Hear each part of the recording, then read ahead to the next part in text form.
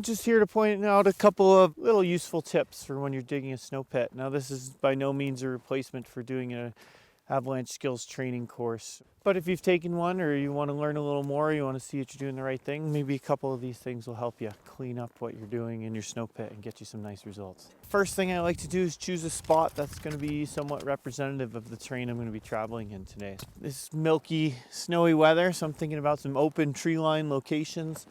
I got a slope here in the low 30-degree range, and that's where we generally like to go powder skiing. A second thing I like to do is have a kind of a focus of my pit. Having a good focus of your snow pit would mean I know there's a layer of concern that I've seen on an avalanche bulletin, so I want to make sure I'm digging down to an appropriate depth where I reach that layer of concern, and I'm going a little bit, at least a little ways below it, 70 to 120 centimeters from the surface of the snow. Another thing that's really nice to have in your snow pit is have nice, clean, steep, smooth walls. That really helps you to see and isolate all the layers. Super important thing when you're doing any kind of snow pit tests is it's really good to have all sides of your column isolated. It's really hard to do a good snow pit and to do snow pit tests without a snow saw. And this one's great because it's got your sizes on here. And generally what we do for compression tests is we isolate a column that's 30 by 30. I can make my marks in the snow. I'm going to come in from 30 this way. Straight plumb down. I want to isolate this column on all sides, a nice little wedge. And then I want to make sure I clean all that snow to below my problem layer, which is really obvious. Another straight on this side.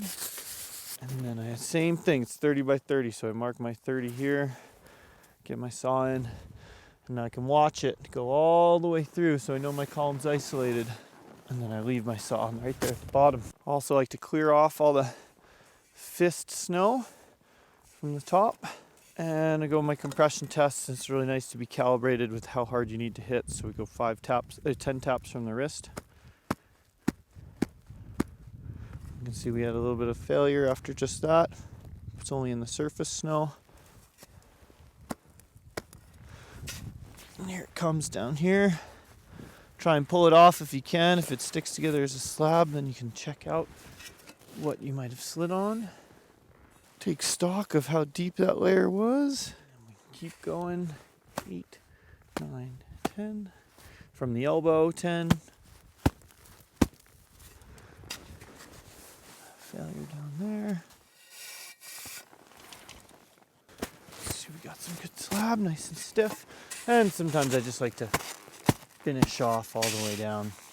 So you found your layers, you've seen what your shear qualities were. We had some clean shears there with some moderate results. It's enough to make me think about doing another test pit, or also considering what I saw here, that hey, things might be prone to slide right now. So hopefully those pointers help you out. Nice clean pits to get you some good information.